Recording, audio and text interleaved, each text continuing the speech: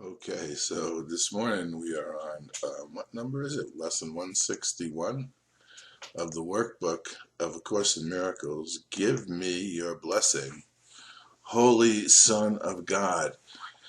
And there's some interesting, there is some, it's an interesting lesson from many points of view. Um, at one point in time, um, the way this has worked for me is when I need to understand, when I want or ask, I don't know what it is, when the time comes that I'm ready to understand things the way they actually are, and the way Jesus attempts to present them. And there's an indication of what I'm speaking about here in this lesson. What happens is my mind is open to vision and experience that comes from the vision that frees me from the need to attempt to conceptually understand what it is that I'm thinking about, or or need to know. And when I say need to know, I'm referring to the idea that Jesus talks to Helen and says we're on a need to know basis. We're given the understanding of that which we need to know in order to fulfill our function in God's plan for salvation. And there are things that we, in a particular, whatever it is, whatever state of mind we're in. Remember, Jesus is telling us, we're being told that we are all equal as learners. And in that sense, it is because we are all the Son of God. We're equal as souls in reality. So therefore, our equality is guaranteed and without the ability to be questioned. And this lesson is one of the indications of why that is so. And yet in space and time, we're not all equal. We have not all equally learned the same. It's not homogeneous. And that is the nature and the basis for the judgmental association, which manufactures space and time as a segmented, linear way of measuring things, rather than in the way that time is being used by the Holy Spirit. And we become able to understand time in different ways as we go through these experiences, and as it's useful for us to know in that sense. And so one of the ways in which I've been given to understand things and understand the life of Jesus, as Helen was told by Jesus, that would be good for her to read the Bible, because he is, in the sense, the model. Edgar Cayce had that right. Edgar Cayce understood perfectly well that Jesus is the model, and the mind is the maker. And that's what this lesson is hearkening to. Jesus is the model, and mind is the maker. And this is what we're coming to understand. And our function here is to fulfill our part in God's plan for salvation by doing His will. And the way to do His will is to understand what His will is for us, not in a conceptual way, which I'll get to in a second here. And there's an indication of it in this lesson. So one of the things it was given me to understand about Jesus was His idea, or His sense of what it meant to bless. To bless. And this lesson for me is one of those lessons in which the understanding becomes very valuable to help me see what's really being asked and why it's being asked. Because what this is saying is that, give me your blessing, Holy Son of God. We are that Holy Son of God. Holy Son of God is the sum total of all of the souls created by God. It's greater than the indication of the sum of its parts, which is something that is very difficult for conceptual minds to grasp for the reason that is contained within this lesson. Complete abstraction is the natural condition of the mind. But part of it now is unnatural. It does not look on everything as one. It sees instead but fragments of the whole, for only thus could it invent the partial world you see. The purpose of all seeing is to show you what you wish to see. All hearing but brings to mind the sounds it wants to hear. Ask and you shall receive. And you know, I talk about this a lot. The back door to understanding. Because you can hear these words and think you know what they mean, but the experience of the meaning, or the meaning behind the experience and the experience and its validity for you, comes when you see how it actually works for you and experience the working of it. So the back door to understanding what this is speaking of is this. Okay, the purpose of all seeing is to show you what you wish to see. All hearing but brings to your mind the sounds it wants to hear. Okay, so if you want to know the thoughts, if you want to heal your mind and your heart of the unconscious guilt and fear thoughts that have been controlling your life and offering you the witnesses to fear and guilt that this course talks about, you must look and experience directly what it is that's occurring to you and not spiritualize your thinking to avoid what's being offered to you by the reflections that you get. So if the purpose of all seeing is to show you what you wish to see, what you are seeing is what you wish to see based on the thinking that you're getting the result of, not within the mind up here that thinks it thinks these thoughts. That's the distraction from looking directly at what it is you're receiving, so as to understand the thoughts that are hidden from you consciously, that are controlling what's going on in your life. And when we look without judgment and without the need to justify our thinking, we can find all the unconscious thoughts that are in a sense affecting the experience that we're having, especially affecting the experience we're having of not being in the recognition of the truth of who we are in reality, right here and right now, within this illusion of space and time. So that's often a way of understanding what's happening to you that requires a fundamental admission and not avoidance or intellectualizing or spiritualizing what's occurring around you conceptually.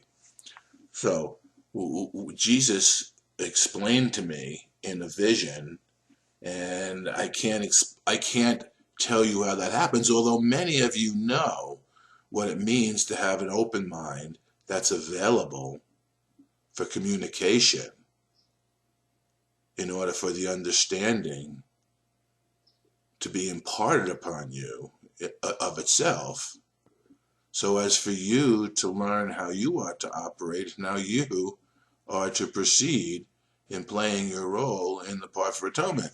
And that's why Jesus often encouraged Helen to read the Bible. So one of the things that I was shown was that when Jesus blessed something, he incorporated it into himself. And there's indications when you read the miracle principles of the idea of cooperation, and collaboration. So when Jesus would bless something, his blessing, because he knew he was not a body, he knew and was aware of what he is as eternal, whole, and perfect, and one in reality with all things, he would take that, incorporate it into his being, and then be able to share it with anyone that was willing to participate in the sharing of the wholeness that he was offering in the incorporation of everything into his being. And that's what he considered blessing. So whenever there was a miracle performed, he would take the food or take the fish or the loaves and bless it, meaning it made it part of his eternal, infinite nature of the abundance of the kingdom. And then it would be able, because of the abstract nature of mind itself, and the ability of the abstract nature in its concrete condition to use specifics, allow the specific to be a demonstration of the totality of the reality of the abundance of the kingdom. And that's what blessing is. So when this lesson says to me, give me your blessing, Holy Son of God, what I'm being asked to do is allow myself to be included back in the totality of reality of the Son of God, which is natural rather than unnatural. Bless me, Father, for I have sinned, in a sense, is saying, Father, re-include me back into the kingdom because I missed the mark when I remembered not to laugh and fell into a condition wherein which I felt separate. And that's what's being asked of us. Give me your blessing, Holy Son of God.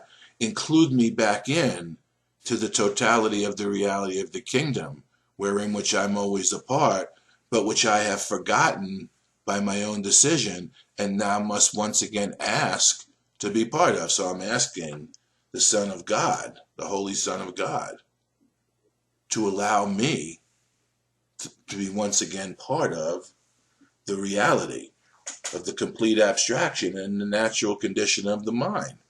Now, here again, there's another, boy, the lesson's really loaded.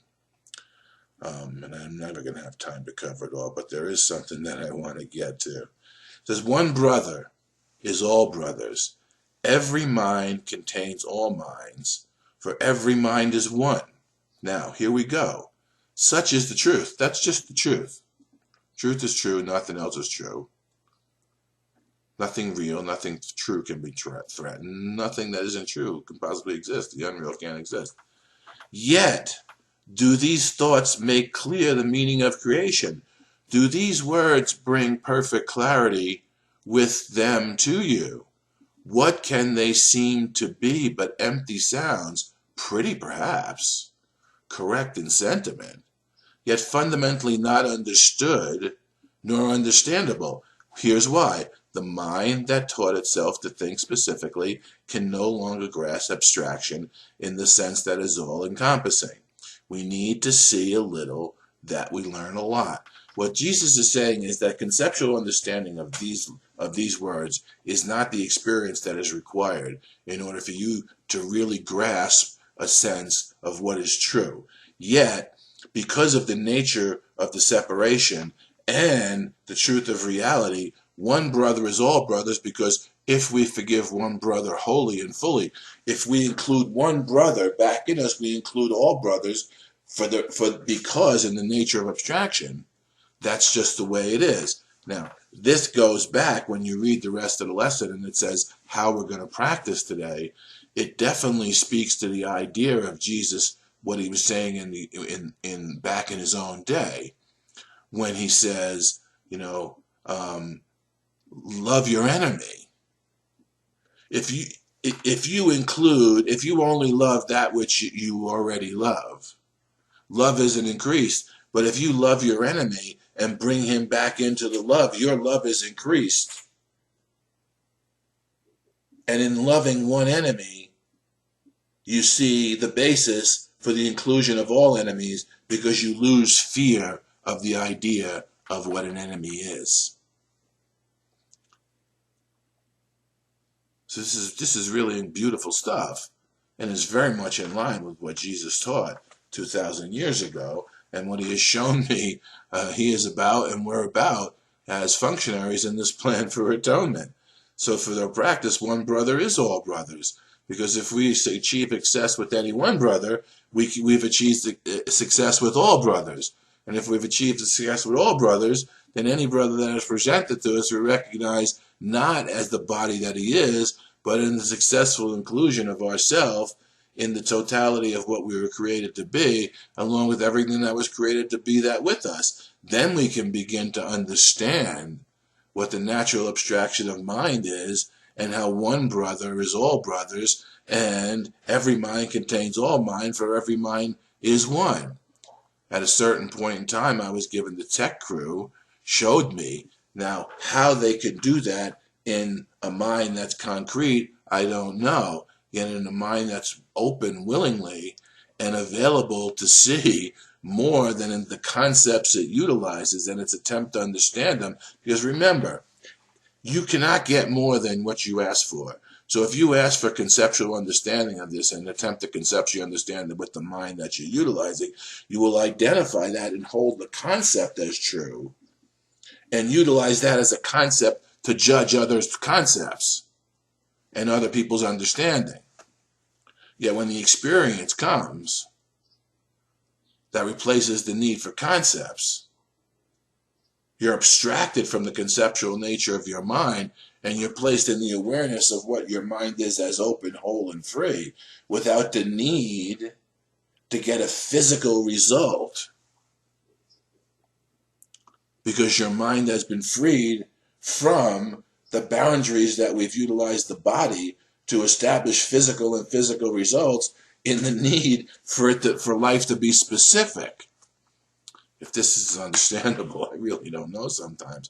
It's so clear in my mind, and I see it so perfectly clear, not with my body's eyes, although that which I see with my spiritual eye becomes utilizable in the way I can look out from the seeming body's eyes. And this is going to go on to say, it's not the body that limits. It's the mind that thinks the body is its limitation that gets the result of its own thinking and the experience of the limitations that it needs to verify the concepts it's using in order to be what it is. And you are not that. Nor is your brother if you're not either. So when you can include any idea of separation back into the nature of the wholeness, the separation disappears, and so do all the effects in that sense. And then you can use that as the brightness of a new light, a new heaven in your mind to begin to participate in a new earth here in space and time. It seems to be the body that we feel limits our freedom, makes us suffer, and at last puts out our life. Yet bodies are but symbols of a concrete form of fear. Fear without symbols calls for no response. Of course, for symbols can stand for the meanings. Love needs no symbol, being true, but fear attaches to specifics, being false.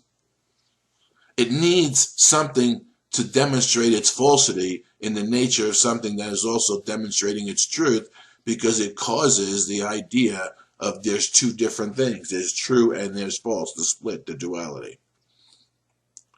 A whole perfect mind that exists in the singular nature and the totality of reality doesn't do that, because it's not possible. It wouldn't know how to or why to. That's why this is an illusion. That's why this isn't your reality. So I think that's enough. Give me your blessing, Holy Son of God. Include me back into the wholeness that you are. I'll include you back into the wholeness that I am.